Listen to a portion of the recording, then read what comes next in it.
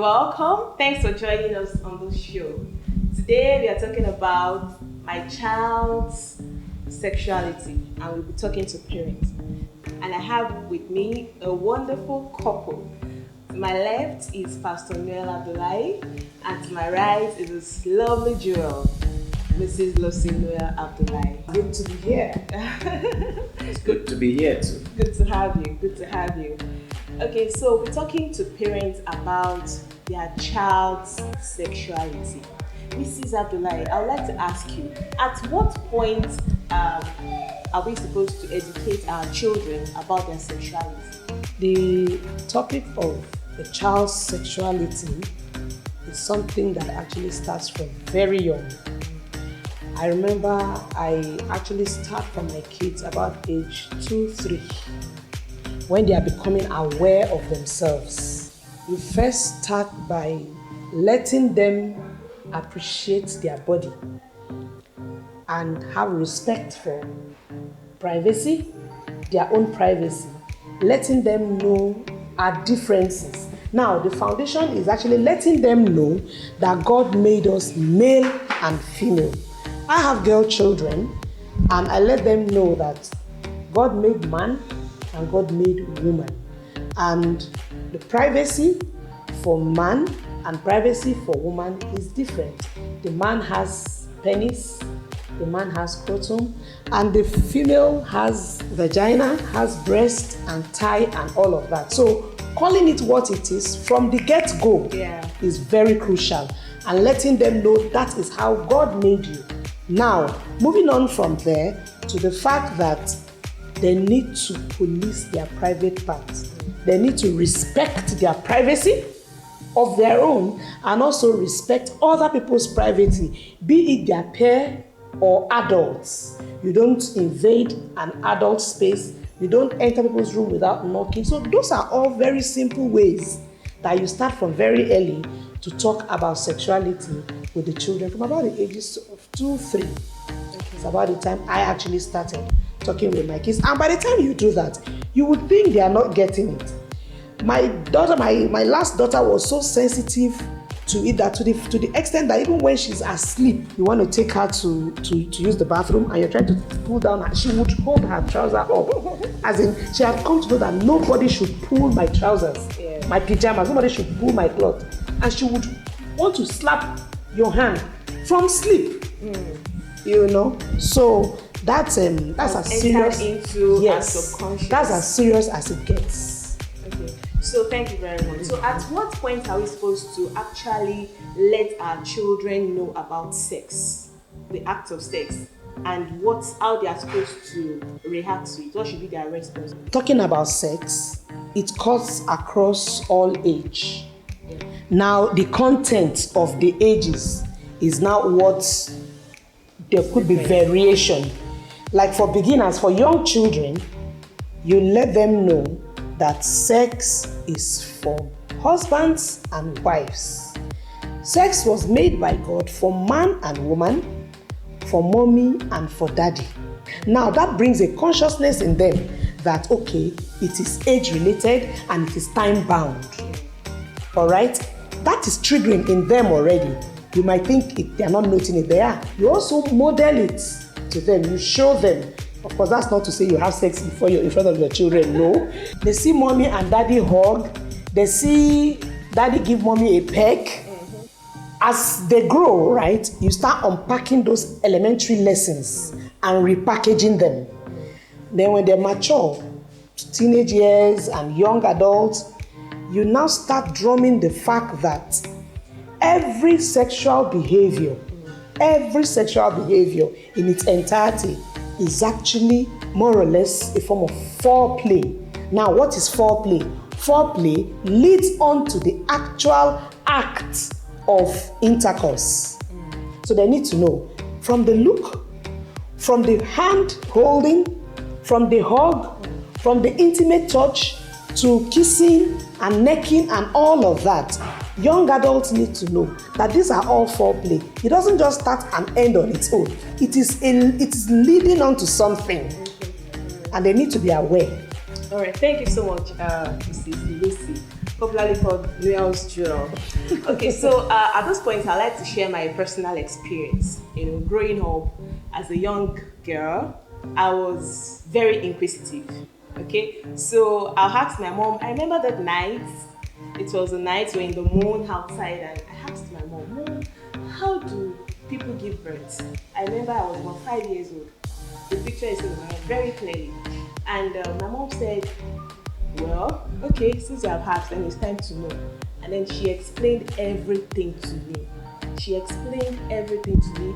This is what happens between a man and a woman, and then a child is produced, a pregnancy is formed, and then by the time it's time to give birth, you give birth through the vagina. I said, "Oh wow, really? I thought the stomach is going to be sliced open and the child will come out." She said, "No.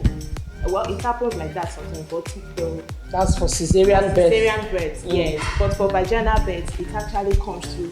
And I felt like, "Oh, mommy, is it the anus?" She said, "No, not the anus, the vagina." That was the first time I really became aware that there is a part called vagina. Apart from, in fact, I didn't even know. I thought it was urethra, So, and her explaining those things to me, it gave me a consciousness and it made me to be careful. And then she told me, a lot of women will tell their children, "Don't let any man touch you." If a man should just touch you and stop at touching you, nothing will happen to you. Those are some of the misinformation that actually led to some of the accidents that some young people get into with regards to sex and sexuality because of misinformation. Because they're like, just touch. So when somebody touches them and nothing happens, they're like, "Oh, mommy was just lying." So we should actually call it what it is. Exactly. It's very important. Calling it what it is. Sexual intercourse is the process of a man inserting his penis into a woman's vagina. Yeah, that's what it is. That's what it is. So I'd like to come to Pastor Noel. In the light of, we have a lot of child abuse. In fact, we see people 2-year-old, 3-year-old, they are being abused regardless of whether they are male or female. What do you have to say about this? And as parents, how can we actually protect our children? Regarding the issue of child abuse, which has gone very rampant in recent times, it's just a fallout of the society that we live in. The current society that we live in is highly sexualized. When a society is sexualized, that means it's going to instigate a lot of sexual arousal. And when there is sexual arousal, there will have to be a place for it to be dissipated or ventilated. So that's why there is an increase in the rate of sexual crimes. We all are contributing to the problem. From those of us in the media space, those who are releasing music. What kind of music are they releasing? Those who are making movies, those who are doing advertisements. We can all be part of the solution of this menace in our society. Please, it's very important that we don't absolve ourselves and just blame the rapist. How are we creating an enabling environment for people's mind to be so deranged to a point where they become irrational and they denigrate to the point of, doing sacrilegious things? These things don't just jump from the air. We created this problem. So before I go further, I want to appeal to media houses. I want to appeal to music producers. I want to appeal to movie makers. Let us always consider the impact that our content will be having on people and review it. Let's not just focus on what we sell, because sex we always sell. Let our approach to making movies, making music be value-centered. Let's use music to impact our children positively. Let's use music to teach them virtues and values. It's not just about making money. You will make all the money, but the legacy that you will leave behind will never be forgotten. So I want to use this opportunity to appeal to us that we all, when we all come together, we can actually begin to reduce the number of would-be child abusers and sex offenders if we promote the proper kind of things on the media space, on social media and all that. So that one is the responsibility of all of us.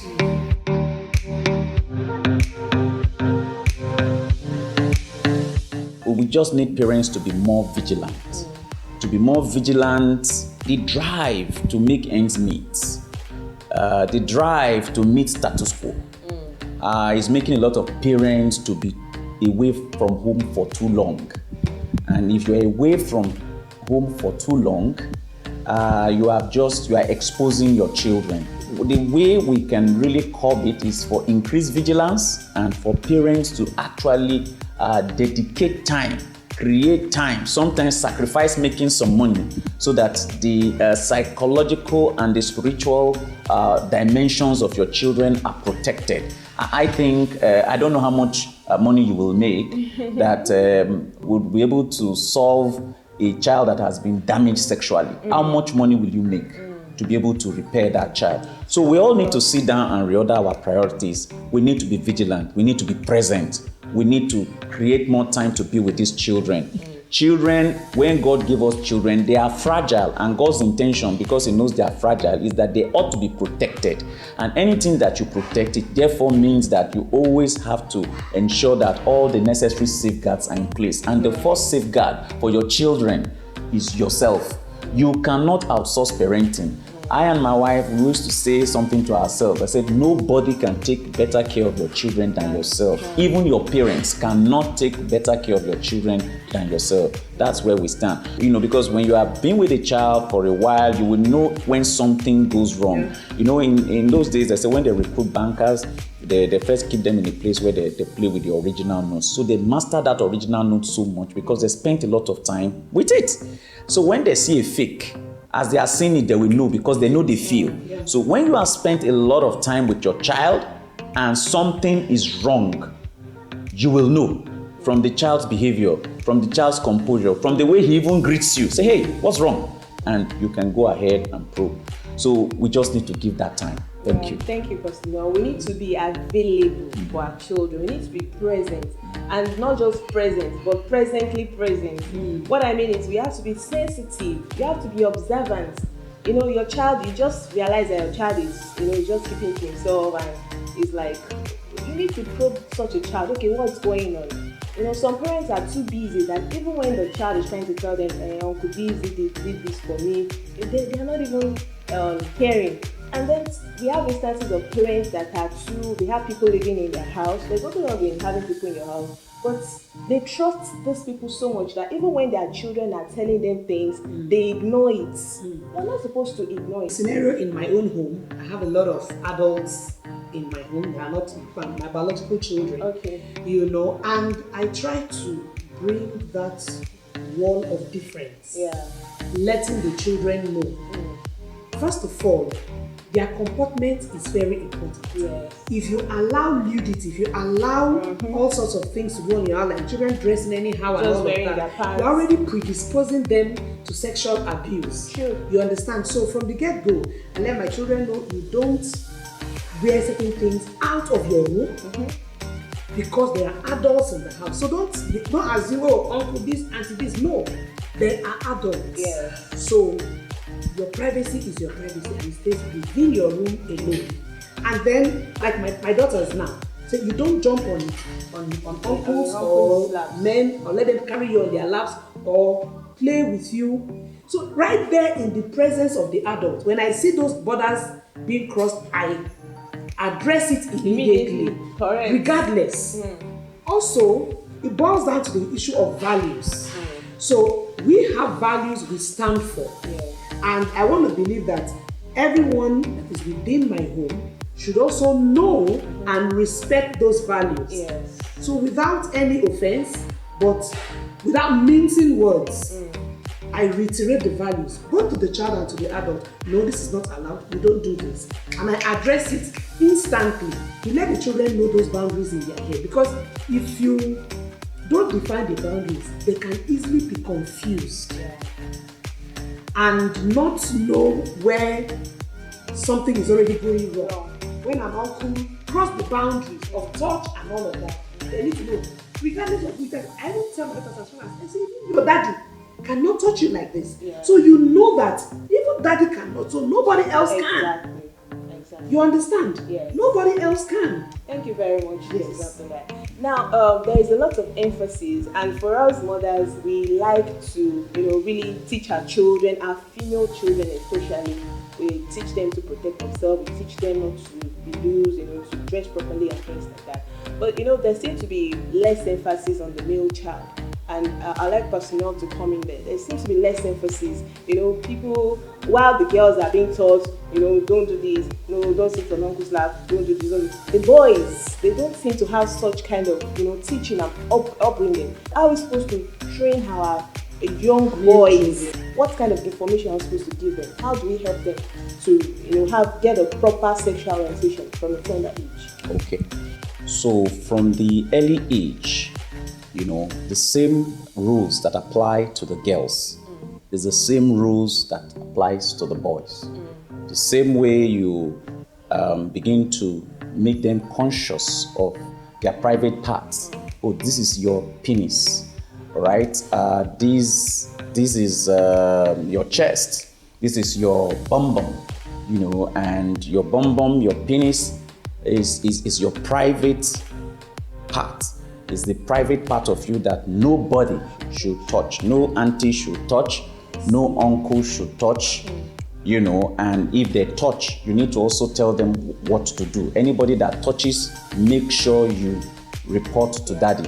And beyond that, anybody that touches it, make sure you shout loud. Don't touch my bum bum. Make it loud. Don't say it lightly. And even if the person tells you to keep quiet, keep shouting more and more.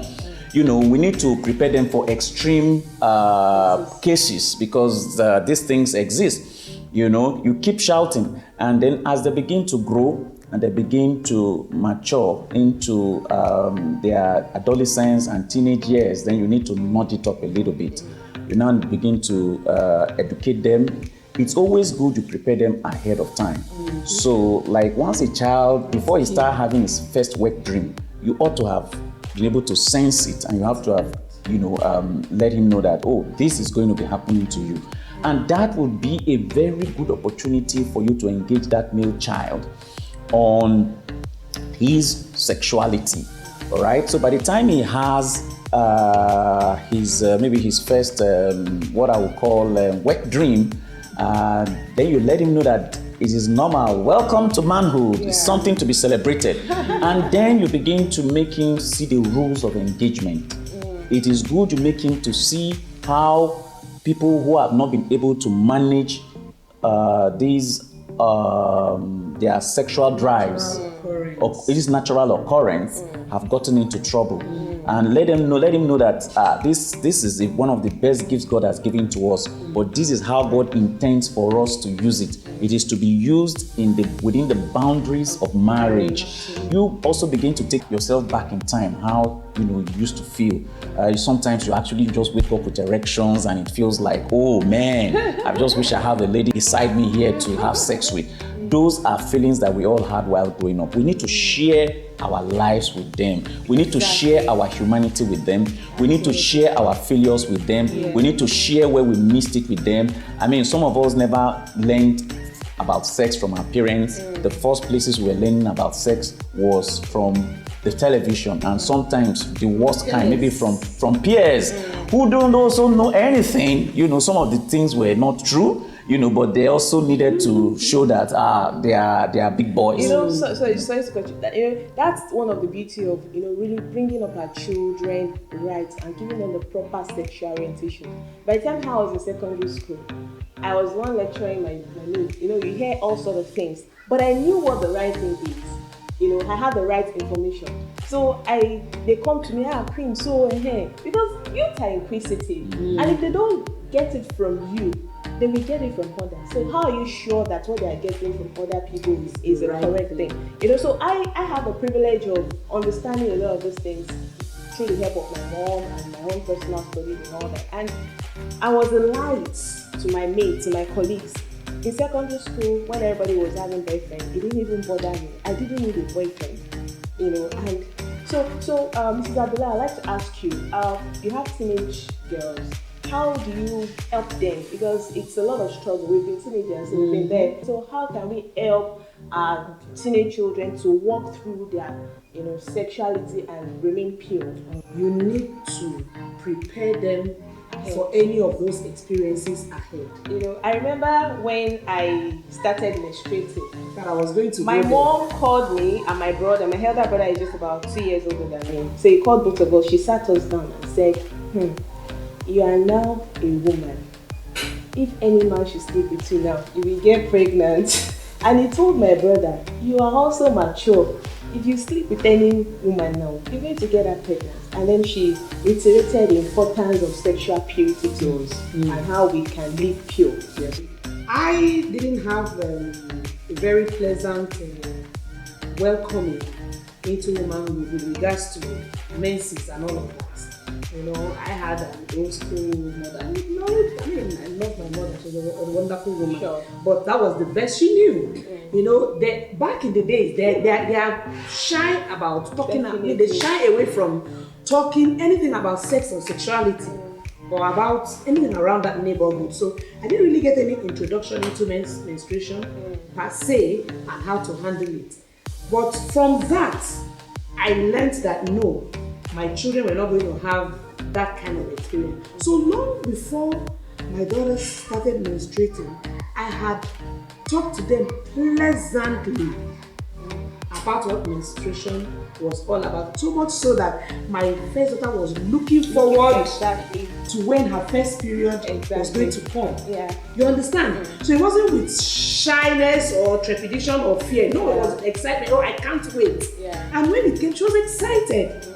And in fact, my second daughter would go and be taking the tissue and putting in her pretending that she was having a period already. Why? Because their minds were prepared well ahead of time. Now, moving on from there, I also from time to time, I had let them in on what crush was about, how it's healthy and normal to have a crush, and how to manage a crush. And the fact that it's fleeting. It changes from time to time. Yes. At this certain time, you have a crush on this guy, and then you move on, certain things change, then you have another crush. And so from time to time, we have conversations around that.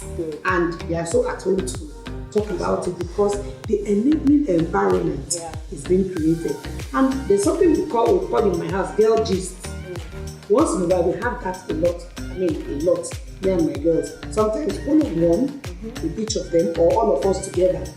We have girl gist, we discuss things around these areas. So by the time they know that they can actually have this conversation with you, when they're having those challenges, it's easier for them to come to you, and then you share your life. Like you said with my first daughter, we started talking, about some of the pressures of teenagers and how it's okay for you to feel an attraction towards a guy. It's normal. But how now to handle it? You don't feed it. It's a normal thing, but don't pay attention to it. Don't feed it. And all of that. And I shared some of my own experiences growing up, some of my challenges. And if I one that made her really laugh was the fact that there was a boy I really liked, that didn't notice me. And the moment I became born again, the boy now came and started toasting, and I was like, oh, why did you wait till now? And all of so those experiences are there. And these are things that they feel too. Having to match their sexuality with their spirituality. That conflicting interest is there. And making them know that their sexuality is as much as important as their spirituality. Yes. It's one and the same. It's one whole package. And God is interested in it. God puts the sexual desire in us. It's healthy, it's pleasurable. God put it in us. But the fact that there is an appointed time, just like Ecclesiastes 3:11 tells us, there is time for everything. It's something that must be harped on constantly and let them know that they have to wait for the right time. So what I would say is that first impression matters.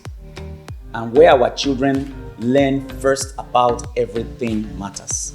We live in a very fast-paced world. What some of us got to discover at 14, at 9, at 7, our children are discovering it. So we must put these realities in our parenting strategy so that you don't have to wait. Even though I had girl children, when they got to the stage where I felt they needed to get more details about sex, how does sex happen? I was the one that educated them. I did it myself. I brought the male anatomy, or is it physiology people call it. I brought out the woman own. I showed them everything. We looked at the penis together. We looked at the testicles together. We looked at the female vagina together, and the process of sex. How does it happen? The man gets an erection. Without an erection, the man cannot penetrate the vagina. And we also discussed about men who have these kind of issues, and many of them started laughing at that. I used to hear people talking about advertising drugs for people to be able to, so and when I was, doing this education, I did not assume that they were completely oblivious. I say, I know you guys know some of these things, but come and hear the truth of the matter from daddy. Come and hear the truth of the matter from daddy. You don't need to be curious. You don't need to go and look, go do any research. I am here. I have done the research, and I'll present the facts for you, because I'm going to be presenting it out of love and not out of lust. Many of the research you are going to do, some of us went into research and ended up coming out being filled with lust. But I'm going to present the facts to you out of love. And then there is a book I had bought even when they were far younger. I think I bought that book like 7 or 10 years ago, and I handed over the book to them. I said, go through it, it will help you. It tells about contraceptives, talks about all the different things they need to know about sex. And of course, I put the boundaries, that, these books are still secular books. And the fact that in the secular book, they will tell you that once you are 18, you are an adult, you can have sex. And I have to tell them that that conflicts with our belief as Christians. What qualifies for sex as Christians is the fact that you are married. Whether you are 80, you shouldn't be having sex except you are married. So I had to give all those boundaries as I handed them over the book. Of course, also let's not forget that in our age, when we are doing a child education, we need to bring the issue of same sex into the discussion. So it's not enough for you to tell them about opposite sex. The culture is accepting same sex. The culture is romancing it, and even some part of the church are already accepted it. So we need to be very strong in defining the boundaries that God has put for sex, both something between man and woman, and not man and man or woman and man, and also as something that it has to be within the confines of the marriage covenant. Yes. We need to be intentional about defining what the normal is from the beginning. God made them man and woman. Yes. Because of the cultural differences and what society is forcing down on people, it's a question on values. It's a question on values, and we need to drum down the values that we uphold, which are drawn from the Word of God. This is what God prescribes for sex between man and woman. So we need to be intentional about defining what the normal is. Exactly. Anything outside of sexual intercourse between or sexual relations between a married man and a married woman is abnormal, and that needs to drum home. They need to rule out every consideration of we can have sexual orientation. We need to ensure that there is no room for that. Whether in themselves, that is not to say you go and hate people that have sexual orientation or attraction to same sex. No. So you see them from the eye of love of God, as in praying and knowing first of all that they do need help. So it is not you that is sick. You are normal, having the right sexual mindset as God would recommend or require for us. So anything outside of that is abnormal, and anybody in that state should not be envied. Rather, it should be prayed for, and you see that they need help. So don't feel out of place when you are amidst people that are standing for same sex and they want to push you down and you now feel, am I alright? You are alright. It is them that need help. And so you don't hate them, you pray for them, that God's help will reach out to them. So that normal must be defined.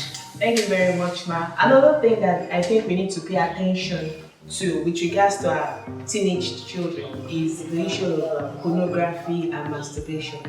A lot of people start, masturbating at 11, 12, 13. So we need to let our children know what these things are. There is what we call sexting. Sexting is very common among teenagers these days. So we need to help them. And if your daughter or your son has a smartphone, you need to set parental guides. You need to know what the child is doing with the phone. Because a lot of them, you see so many teenagers, 11, 12, 13, preteens and teenagers on pornography platforms. So we need to be very vigilant and give them the right information and help them to let them know that they can confide in you. Jesus is always there to give them the strength and the grace to pull through those moments of temptation. And let them know that there is a glory that is set ahead of them. There's just pride in when you are able to keep yourself pure unto the Lord.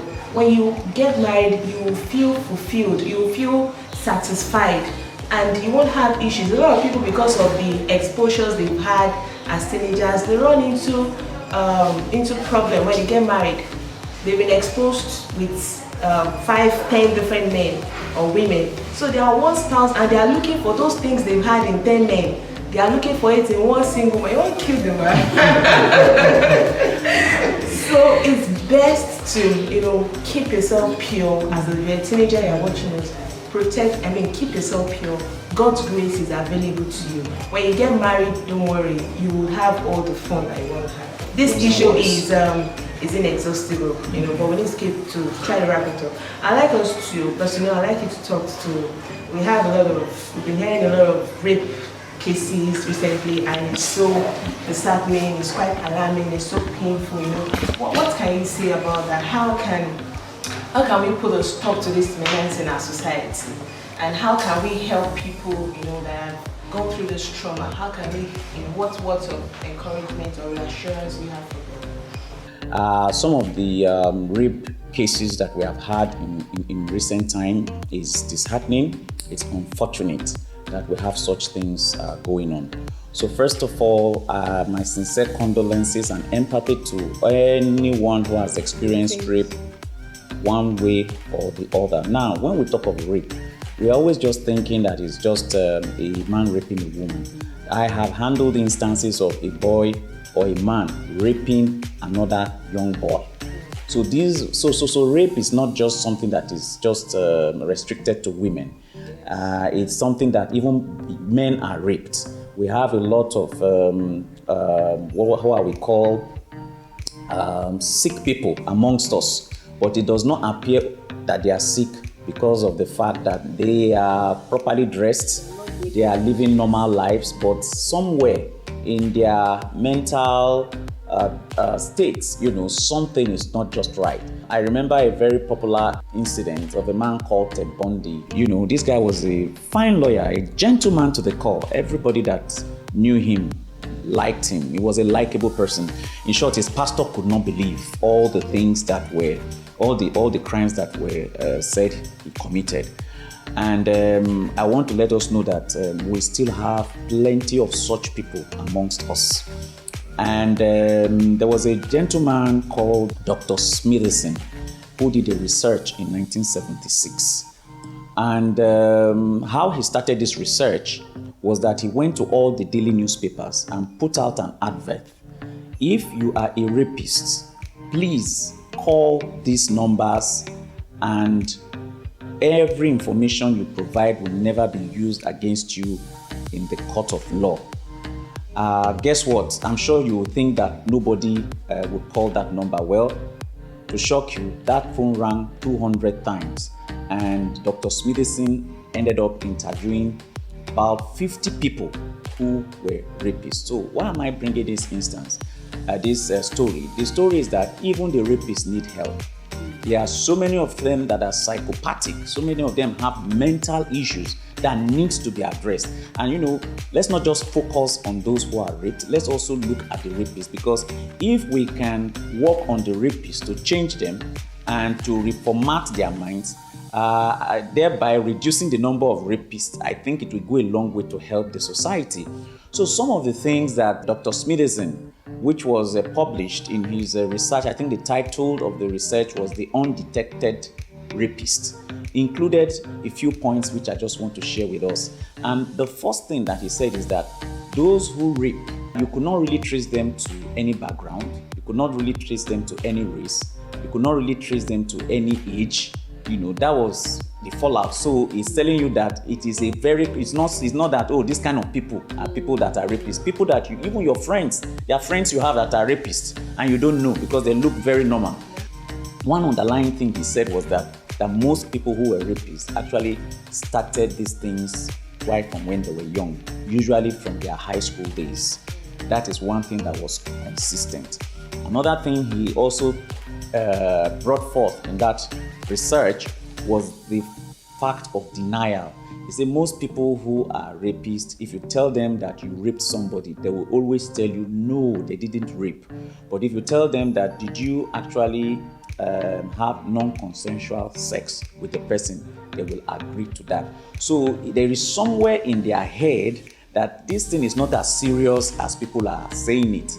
So these kind of people are really people that need help. Another thing that was key to note in that research was the fact some of these people were people that suffered rejection. And some of this rejection could be maybe from their parents, it could be from their mother, or it could be from a girl that they really loved. And they just see rape as a way to get back at women. Somewhere in their minds got damaged, and they see rape as a way to get back at women. Another thing that leads to rape is the association. If you're in the company of rapists, you will likely be one. Now, what do I mean by this? There are boys that when they're in company and they're talking about women, they use words like bitch, they use words like slut for a woman. By the time somebody has that kind of mindset, it can rape. So you have to be careful of the kind of associations that you keep, and you have to be careful with the words you use for the opposite sex. Women are women, they have to be loved, they have to be cherished, they have to be handled tenderly, and if you are in any association that tries to see women differently, I think it's high time you begin to dissociate from it. So it's very important that we don't just focus on those who are raped. We also need to look for a way to help the rapists, because many of them are mentally sick and some of them need serious spiritual help. My closing remark would be a few words to us parents, and in regards to handling our child's sexuality. First of all, we need to be prepared. We need to be prepared. So we went to school, we learned to cook, we learned to wash clothes, we learned to do chores, we learned to do things. We should also learn how to communicate sexuality to our children. Let's not assume that we know. Go and learn, read books, search materials, healthy materials that fall within your value space. Now, the next thing is that we should be open about it. We'll talk about sex and sexual education lovingly to the child. Create an atmosphere for the child to be able to talk to us. Very, very positive, open, and create a loving atmosphere is very, very crucial. And then we should not force it. There are times you start the topic, your child is ready to talk, it's flowing. Yes. Now there are times you start that topic and the child is not in that mood. Please don't force it. Read their mood, be sensitive to your child, and bear in mind that all children are not the same. Yes. Some people are not talkers. Some people it's demonstration you will use, pictorial or anything at all that is what can reach that child. Yeah.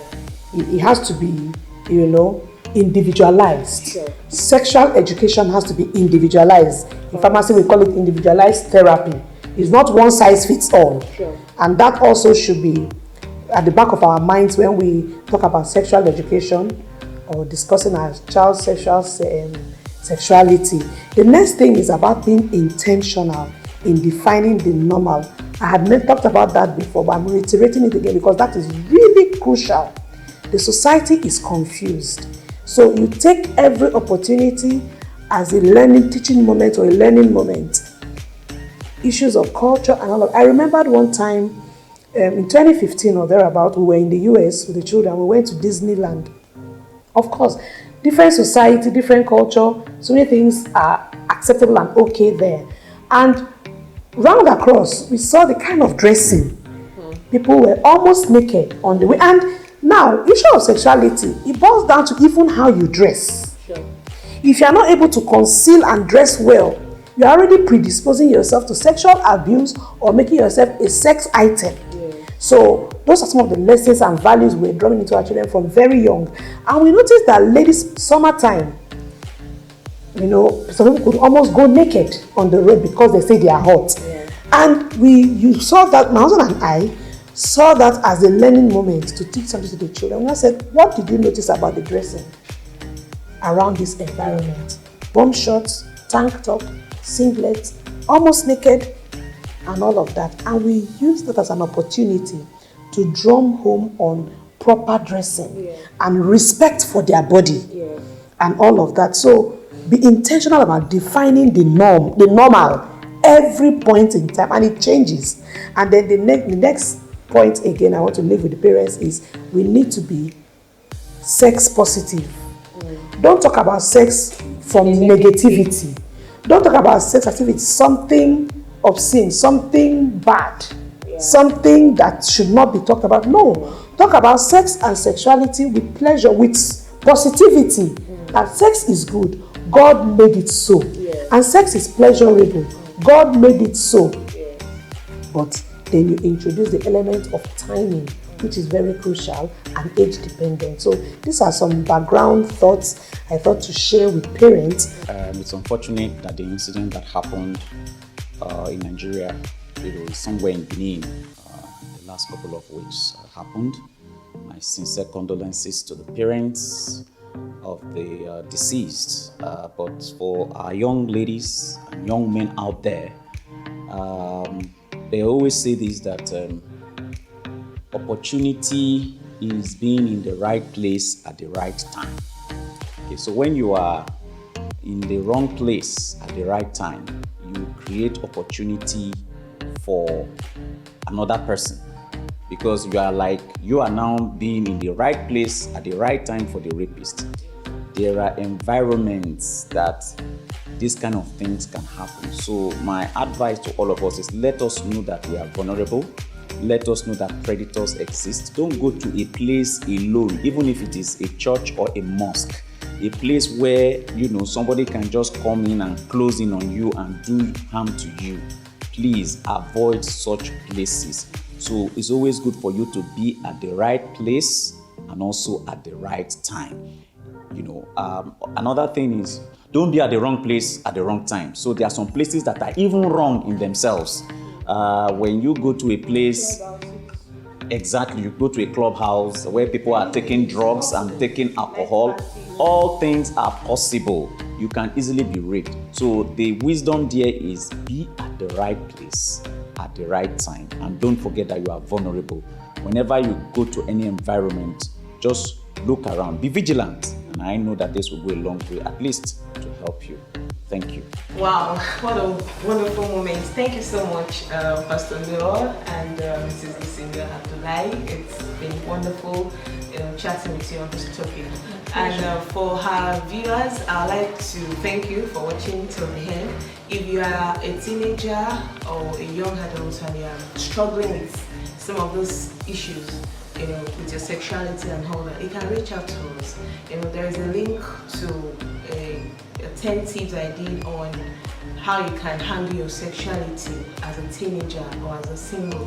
There are 10 powerful tips shared. You'll find that in the description box. Please do well to look at it.